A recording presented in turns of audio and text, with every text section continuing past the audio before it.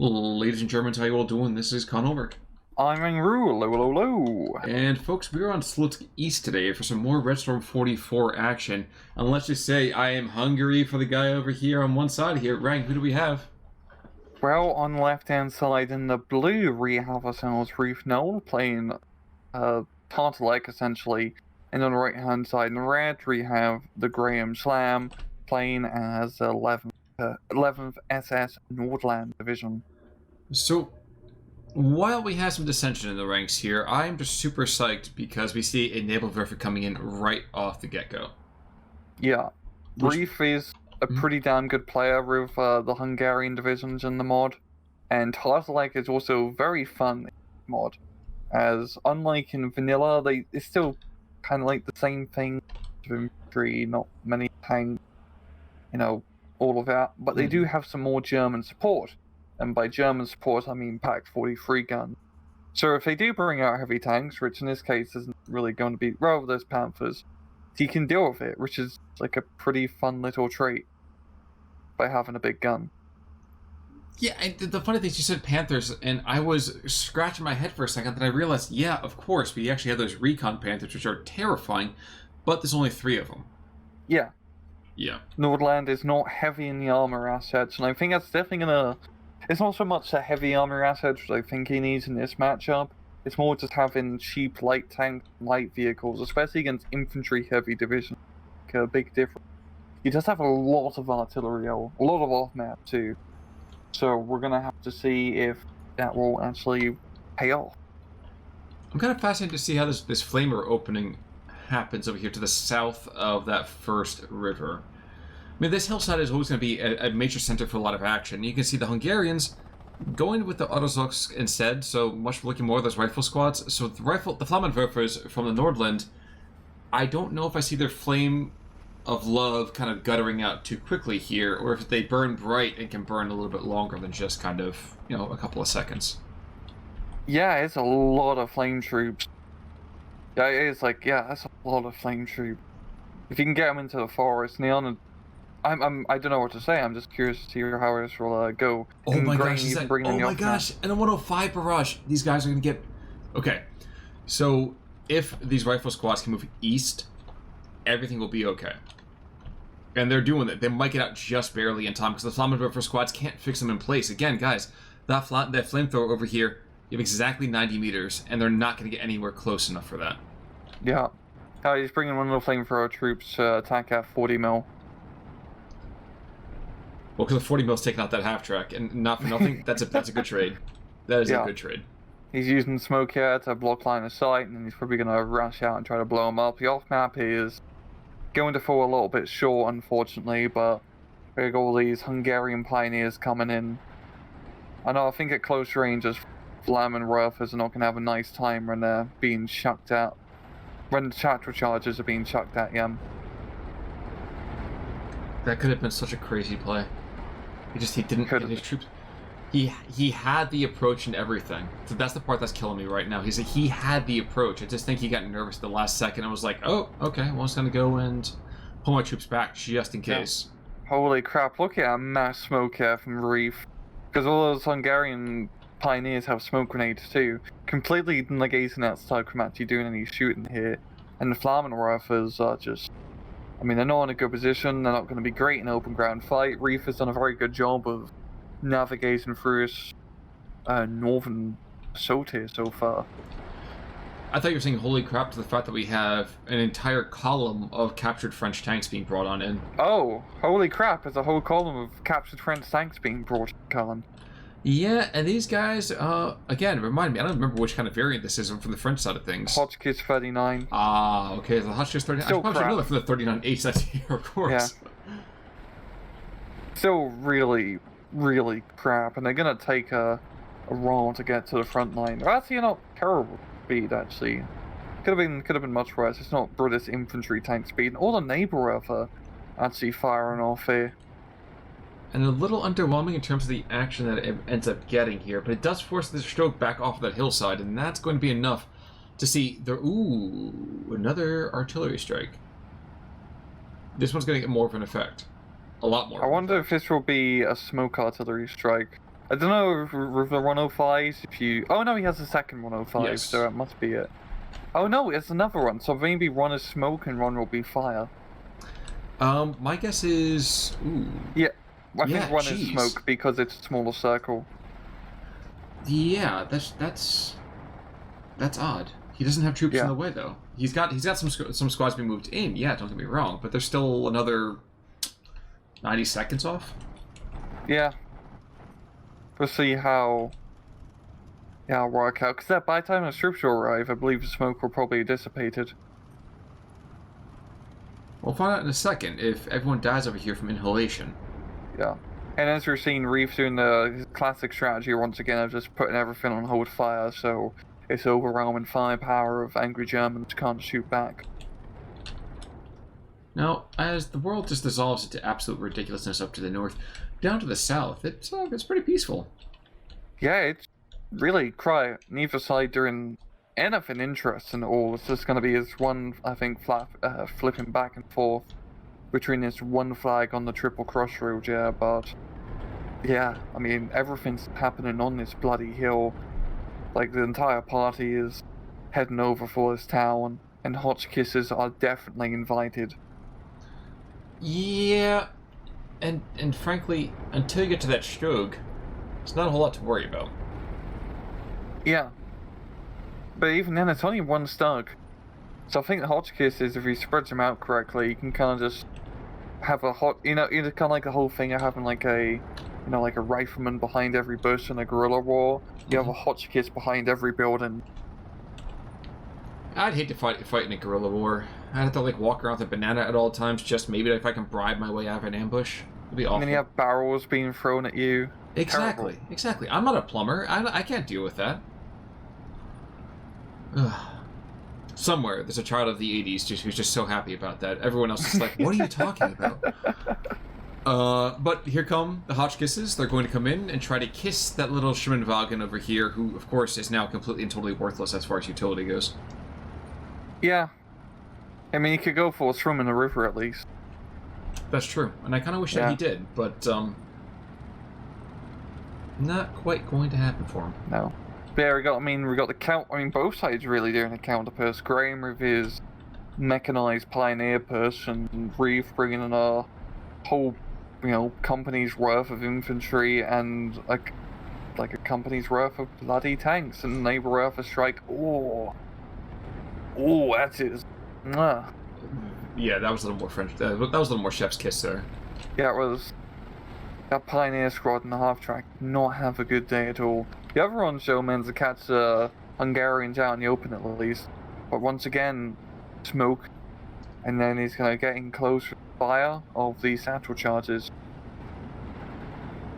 Also, the Hotchkiss says, "Ooh, Ju-88 moving in with the clusters. This could be murder." No, absolutely not murder. Interesting. No, that was really anticlimactic. It certainly seemed to be. Looking elsewhere, first the Hotchkisses does go down, courtesy of the Stug. But all the others are flying around, kind of like annoying gadflies, and I feel like that's kind of how you need to use them. You need to use them as slightly more buff half-tracks, really.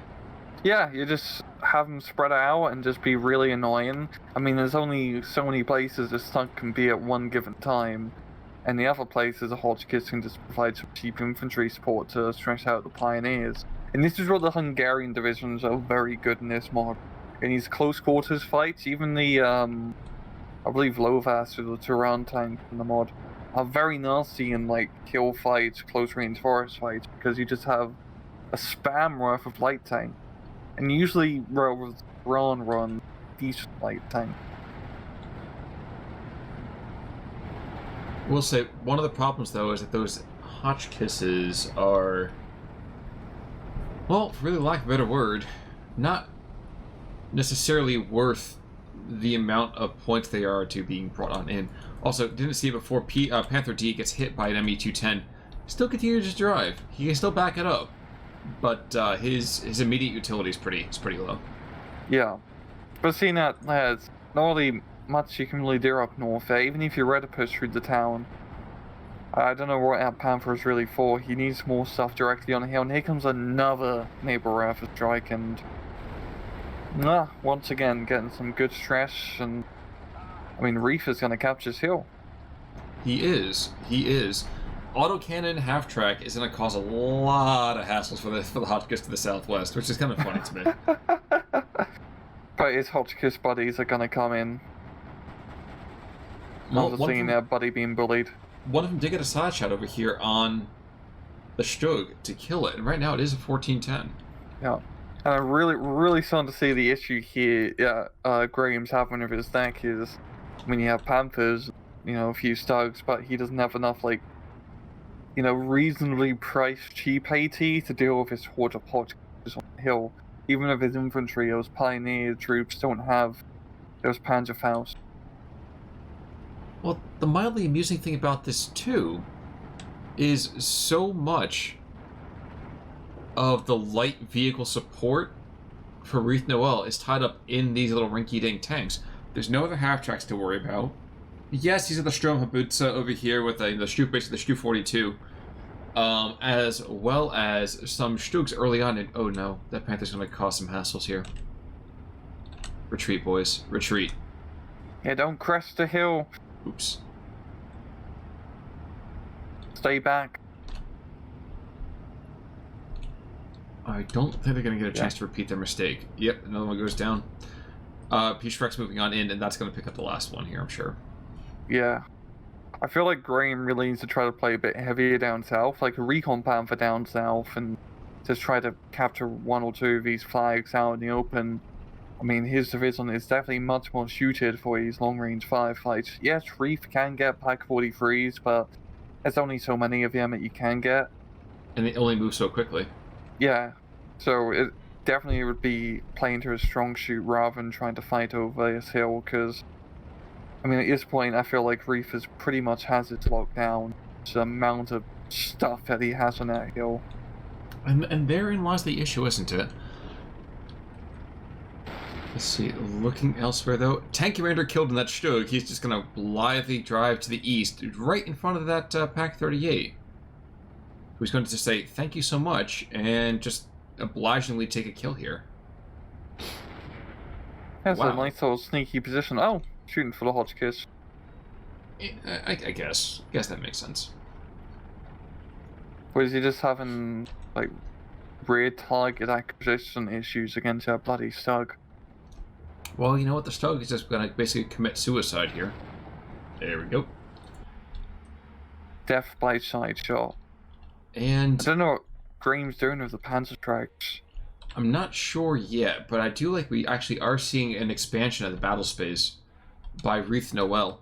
And while we are going to get more P-grunts in that northern side, the Hungarians are like, screw this, dude. We just want more territory, and then we get further south, which I actually really like. I mean, it's not much else to fight support backing up that horde of infantry, but as you can see by God Vision, it's only a single MG42, and he's just gonna get overwhelmed by all those angry Hungarians with their fancy mustaches. Or never mind, they can just get neighbor reft. Now we'll do the trick too. If it will hit anything, which it doesn't. Yeah, and I was gonna say that's the major issue there. Oh no, he fired smoke here with the barrage. Yep. He has to use his enabler to drop enable. For those of you who have no idea what he's talking about, enabler literally just means smoke thrower. Yeah.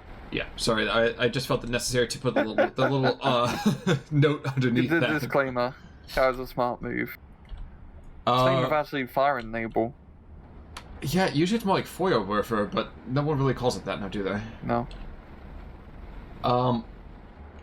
Meantime, though, we did have Flock Wolf that kind of gets brought on in and gets turned away just as quickly, because while this stuff isn't going to kill, the anti-air is rapid firing enough that it causes a bit of a hassle for a lot of air power. Yeah, on both sides actually have a decent amount of anti-air, two, medium caliber anti-aircraft guns up north from both, so I don't feel like it's going to be a good day to be an airplane. No, probably not. Of course, I'm also surprised that the 40mm pop gun over here to the west is able to engage the P-grants as they move across that hilltop. I'm so used to that thing just pathetically screaming, please let me shoot something. Yeah. But no, it's like that and the Russian 45mm are really good infantry support guns just because they're fast, rate of fire, even with such a low velocity or low caliber cannon. And the 40mm anti-air gun, the AAA gun, is going to cause some hassles as well. We can see 2 squads have been forced out of those trucks, but 5 more are moving in. So another flag's going to be taken. That's going to cause a further bleed. Oh, wow, no, another one's being taken. 16-8. Jeez, where did the territory go? Yeah, holy crap. I think it's just this, like, Southern push now is capping those 2 flags here, and the crazy bum rush into that town in the center is working. He's getting all those Hungarians, yeah. And they're going to be pretty nasty to rout out once he actually digs in properly. And an artillery strike on this hillside as well. Just as 3 more squads of infantry come on in, this is going to be very, very bad. Yeah. And it's the 86mm as well. So the 86mm, I think it's one of the ones that was added in just specifically for the mod. And It's a 25-pounder. Oh. Yeah, it's an English 25-pounder. I never noticed the conversion, okay. Mm-hmm. Yeah, it's in the vanilla game, Wreath Tartalek, but because it's a large caliber artillery gun, it's been relegated off-map. I think for me, I'm always... The poundage thing versus the millimeter size, it completely eludes me, It's also weird because they captured those guns in North Africa, and then the Germans sent them to the Hungarians to use them against the Russians on the Eastern Front. Well, Lend-Lease is a bitch, isn't it? Yeah, well, I guess it's more like forced Lend-Lease. Or booty lease. Booty lease sounds like a hookup that you had. How did you know? I'm familiar with Canadian slang. I don't know. 16-8, but that artillery strike did bog down that push for an instant or two, but more reinforcements need to be rushed to that area. Yeah. Thing is, Naval Puffer is going to get refueled and reloaded, and that's going to cause a hassle as the Nordland troops kind of shake off the madness that just infected them. You were about to say, sir. Yeah, I really do like how Wreath put most of his troops in the hold fire in that central town position, because at long range, he's not going to beat out Panzergrenadiers, especially when they have those little lightning symbols by a name. But I feel like Graham's going to be able to secure this push. Just all those Panzergrenadiers and Pioneers is more than enough at long range to beat off the Hungarians, but it's definitely drawn away some attention from him trying to attack up north. It's drawn away attention, yes. Yes, that's true. But, again, Naval is going to go and engage that hillside. Here it comes. I mean, he's reloading right now. And that guy has done just incredible work so far. It's just going to continue. Yeah. We even seen a Weiligwerfer being brought in. Such a funky-looking artillery piece. The the Germans really wanted a Katusha. ME-210 pounds the center. It's actually going to happen twice. Yikes! This incoming Holy column's going to crap. get slaughtered. Oh no. Okay. No. Right. No kaboom. I wanted more kaboom, Khan. That honestly could have been devastating. Why could have? Oh, spark. That's why. Okay. So where's the Wurfachwerfer? From east or west? Oh, there we go. Yep.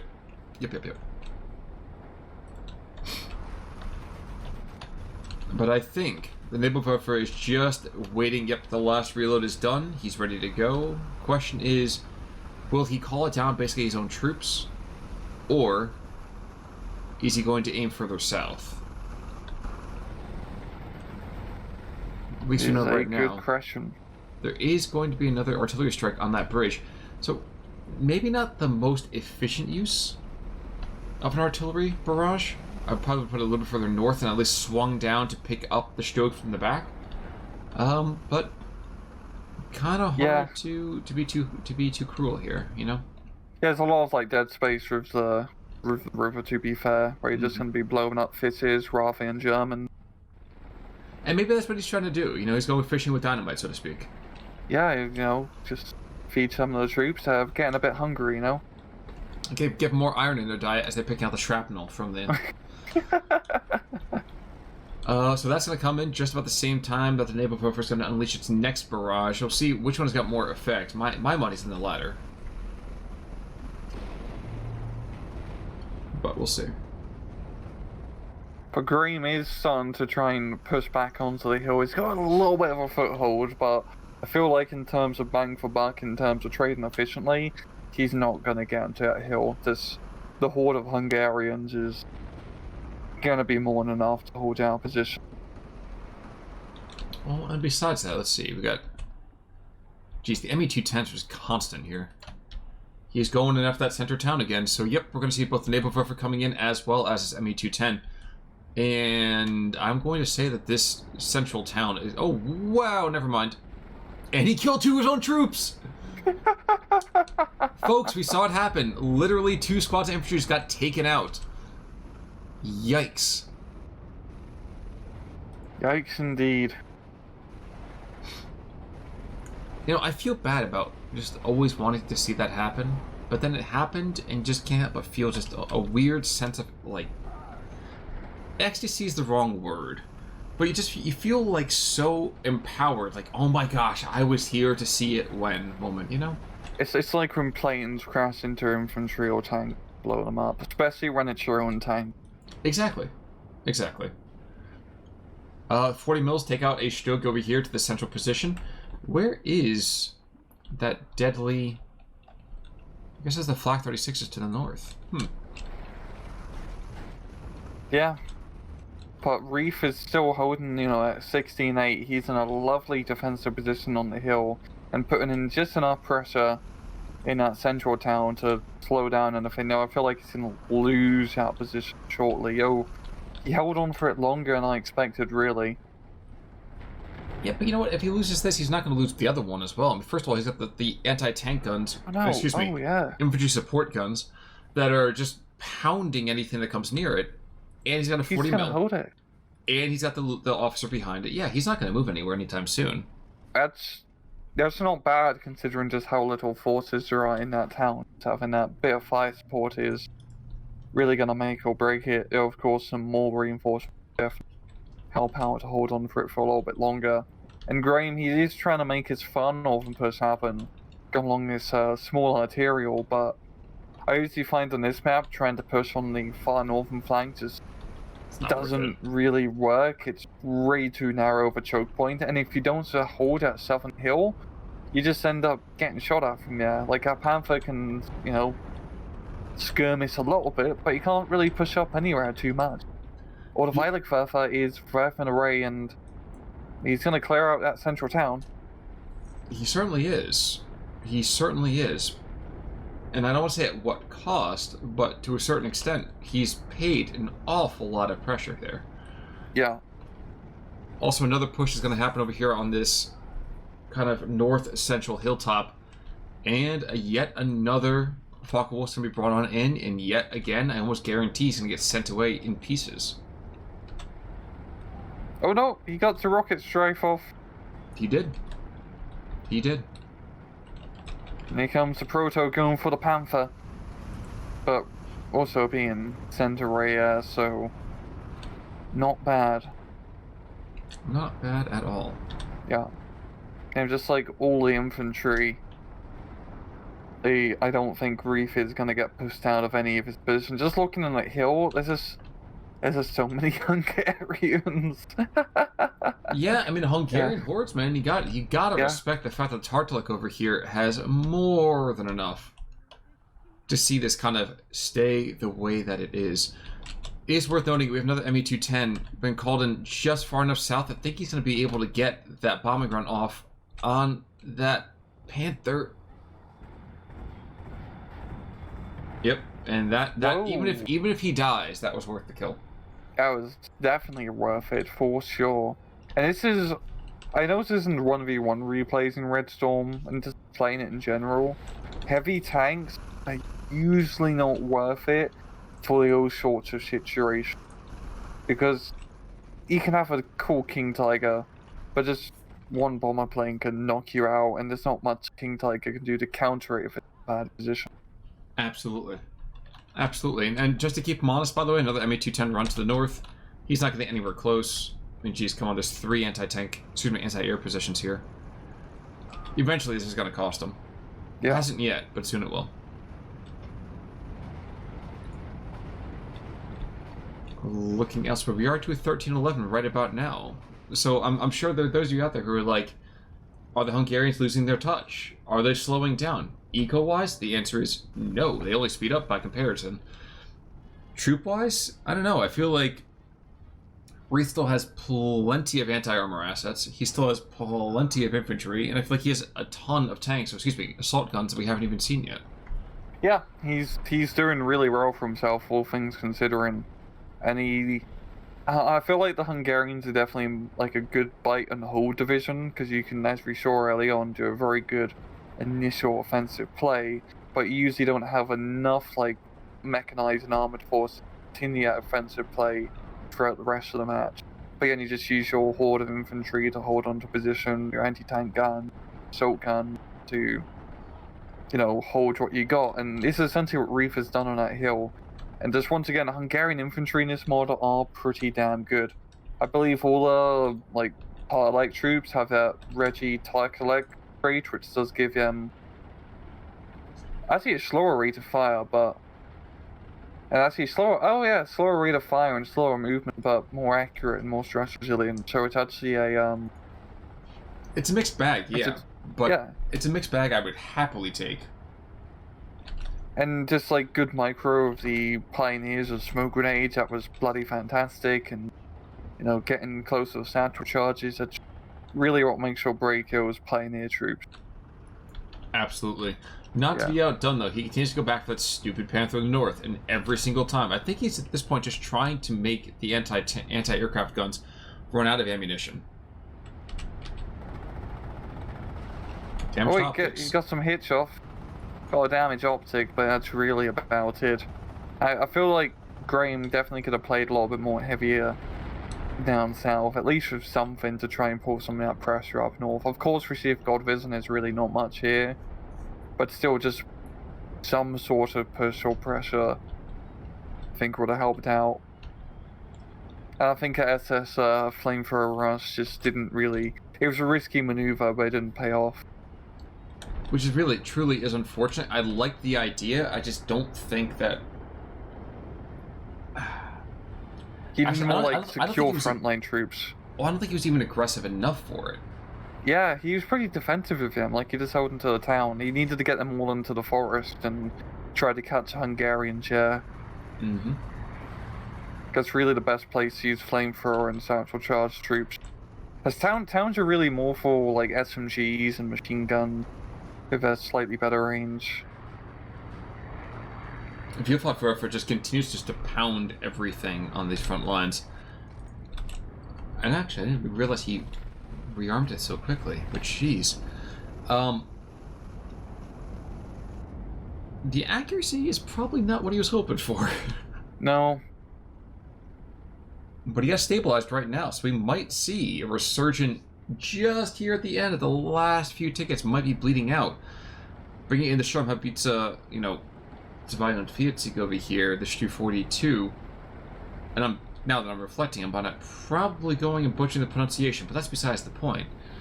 We are probably going to see an end to this ragtag push of Pioneers and Grenadiers. Worth remembering that these guys, for the most part, don't have a whole lot of anti-tank assets. Nope. And we can see what happens. Yep. Yeah, just getting completely blown up, and there we go. Graham gonna be calling in the GG, and a 800 kill difference. And good lord, this Recon Panther, you can see 1, 2, 3, 4, 5, 6, 7, 8. 8 vehicles down. 2 of them actual fighting vehicles, and the rest is kind of like meh. But that's unfortunately what needed to happen with those Panthers, and it wasn't able to. I think those Recon Panthers just got bogged down in doing like the minutia of trying to go out from spot to spot.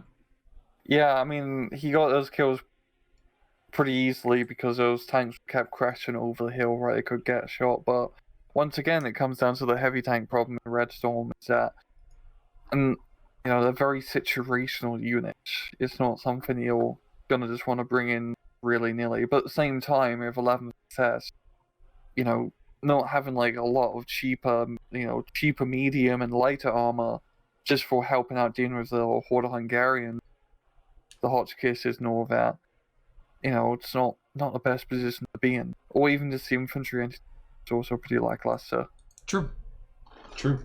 Regrettably, I was looking to try to find the byline that basically said that the flaming plane killed 2 of its own, but I always forget chronology doesn't actually support that. Nope. So.